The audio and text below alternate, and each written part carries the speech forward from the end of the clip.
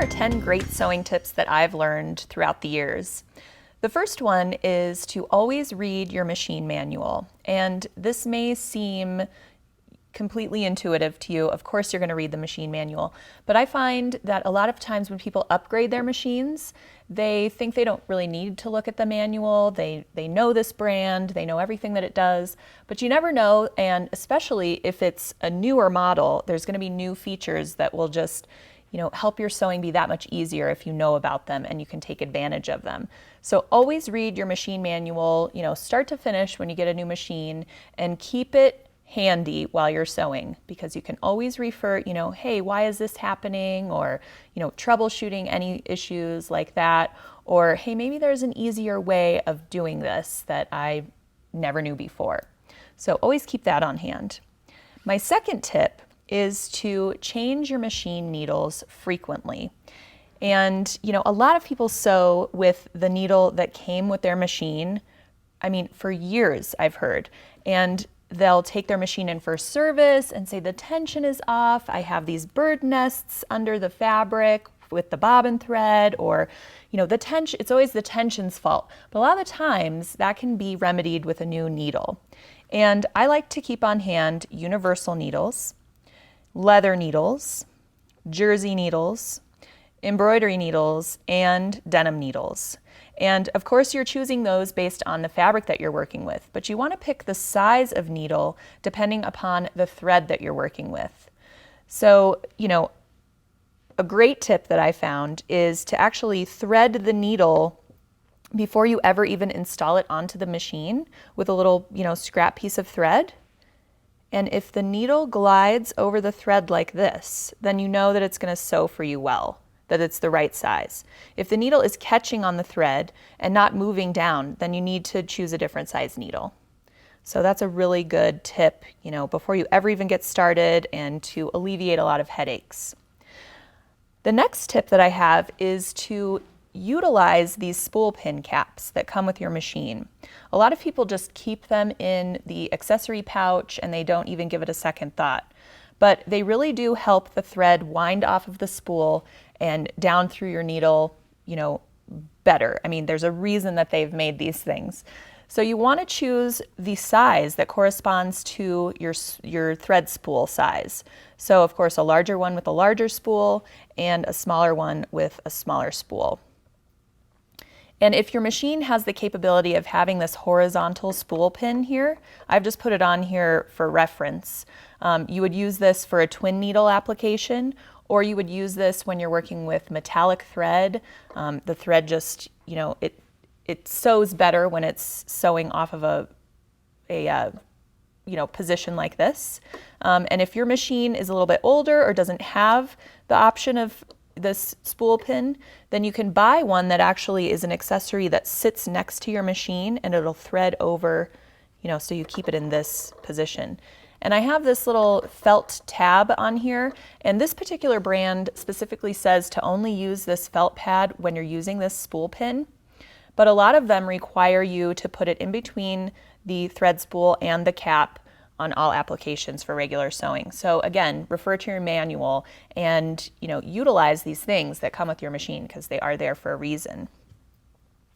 So my next tip is, when you're threading the machine, you want to make sure that your presser foot is up, because that releases the tension discs and makes sure that the thread is in the right spot, and see how it's just flying out of the machine. Now, if it's down, then it locks your tension. You can't even move the thread. So if you're threading like this with the presser foot down, it's likely going to get caught and cause some tension issues. And you're going to wonder, do I need to take it in for service? No, you just need to rethread it and make sure that your presser foot is up. And another great tip that I learned is, if your machine does not have an automatic needle threader option, and a lot of them do not, a lot of people will, moisten the end of the thread like this before they thread it, because there might be, some fuzz or something like that going on, and, you're trying to get it into the needle eye. But what I've found is, if you actually moisten the back of the needle, the thread is attracted to the moisture and goes right through, no problem. So try that next time. Instead of, moistening the thread, moisten the back of the needle. It's revolutionary. Okay, the next tip I have for you is while you are sewing, you never want to watch the needle. That's the first mistake people make when they are not sewing in a straight line. They're watching the needle. It's fun to watch the needle. It's fun to watch the whole process of sewing. But what you want to do is watch the throat plate guide for your seam allowance or whatever you're using. A lot of people will even put like masking tape all across the machine. Let's say they're using a 3/4 inch seam allowance, which is marked on the throat plate here. They will put a piece of masking tape all the way down, even this far, so that is the guide that they're watching while they sew, while their fabric is going through. And if you run out, you could see this throat plate only goes to 1/2 inch here, but notice on the bobbin case cover that we're going all the way down to 1/8 of an inch for really, close edge stitching or top stitching. So, these marks are here for a reason. Definitely use them and never watch the needle as you're sewing. And another, tip that I love giving people because it makes your sewing so much easier is to invest in a few specialty feet. And if you do have a higher end model, it will come with a variety of specialty feet. But a lot of, lower end machines or older machines, there was never that option to buy these feet. But they are adaptable for, your brand. So just check out at your machine dealer, wherever you bought your machine, what feet, will go with your machine. And they're all very similar. They have a little bit different names. But check them out, and based on, the type of sewing that you do is, of course, the feet that you want to invest in. So I like to get a walking foot.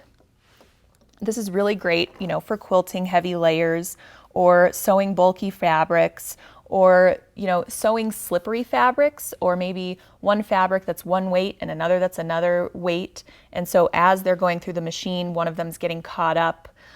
So a walking foot feeds your fabric through at the same rate. And it looks like this crazy contraption, but it is just the best thing. And another great foot to invest in is a 1/4 inch foot. And this foot, as you can see where the needle opening is, this little guide sits right on the edge of your fabric. So you will always be sewing at a 1/4 inch. So that's perfect for piecing projects, things of that nature. And another foot that I really like is a rolled hem foot. And you can see this little curly cue here at the tip of the foot. And that is what your fabric kind of rolls into. So if you're working on like curtains or sheer fabric, something where you need a very narrow hem, this is awesome. You don't even have to press it before it goes through the machine. So, synthetic fabrics or things that, an iron isn't really going to take to very well, this foot is awesome.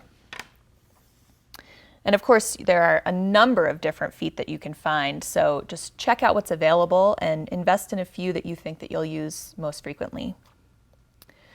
Another great tip is to always have temporary spray adhesive in your sewing room. It is one of my favorite tools. I use it all the time.